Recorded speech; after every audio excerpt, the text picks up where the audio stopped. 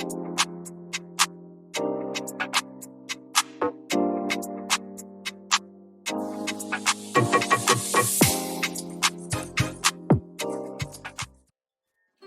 me on a crispy journey with this recipe. Simple and delicious recipe, few ingredients here. Alright, for the actual roti or the base, I'm using 300 grams of all-purpose flour, 35 grams of butter, another 35 grams of all-purpose flour, 10 ml of salt,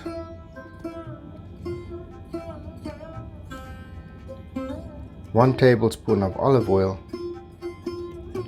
and 175 ml to 200 of hot water.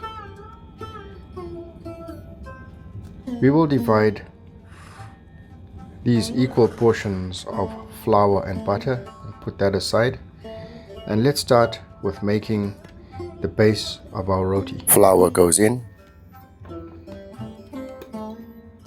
salt,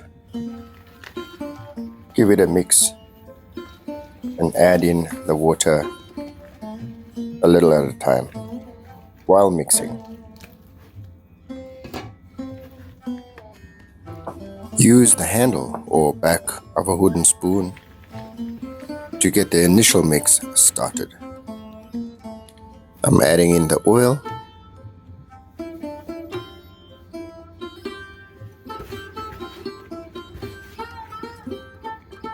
and if you find any flour that's not mixing well, add in the balance of the water or just enough to get it to form the dough. As you can see, the dough is coming together, and now we're going to knead this for a few minutes until nice and smooth. I found that pushing, pulling and folding the dough will help incorporate the flour and form a nice smooth dough quite quickly. When the dough is nice and smooth, we will rest the dough for 30 minutes. Let's work on the roux or the flour butter paste or emulsion.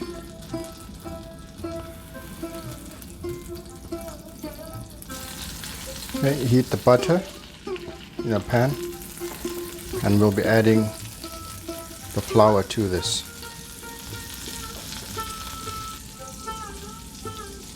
Okay. Almost like making a roux.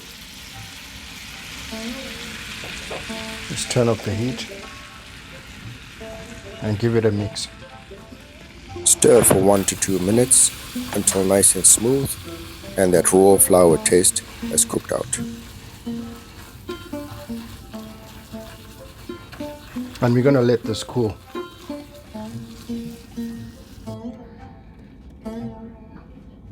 After the dough has rested, divide it into 8 equal pieces and roll out each piece like this. Next, add some of that flour butter mix using a brush or your fingers.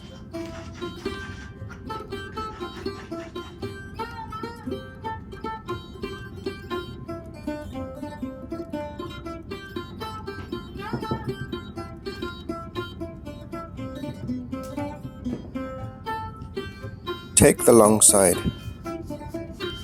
of your dough and roll it up nice and firm.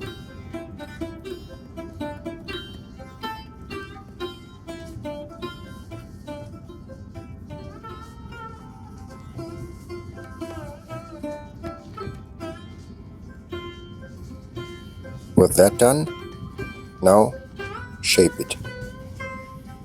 You can do this in your hand or flat on the table, and this will form layers in the roti. Repeat and complete the process. If you have bigger counter space, you could roll up that one piece of dough nice and big and do it that way. Roll it up and cut them into individual pieces. This is very similar to paratha or Malabar roti.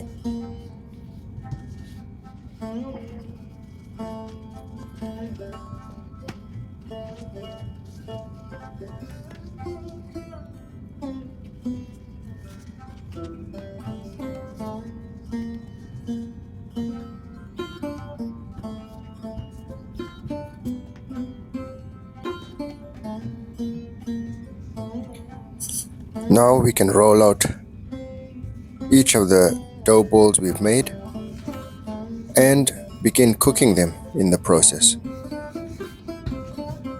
You can use a roti pan or tawa or even a non-stick pan to do this.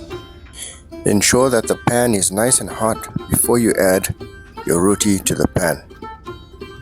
Depending on your stove, medium heat or medium to high heat in the beginning, and adjust so that the roti cooks through. Using a brush, back of a spoon or paper towel, I like to dab on a little bit of butter as each side cooks. This will also help with the crispiness and flavor of your rotis. And if you have ghee or clarified butter, even better. If your pan starts to smoke a little, reduce the heat slightly. And don't forget that smoking also means that your rotis could be burning.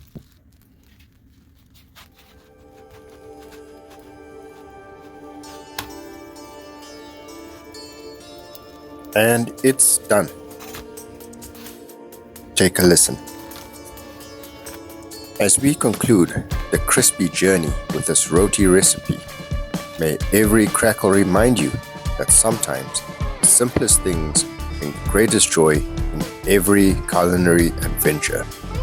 If you enjoyed the recipe, don't forget to hit the like button and subscribe for more delicious content. Thanks for watching Majid's Kitchen.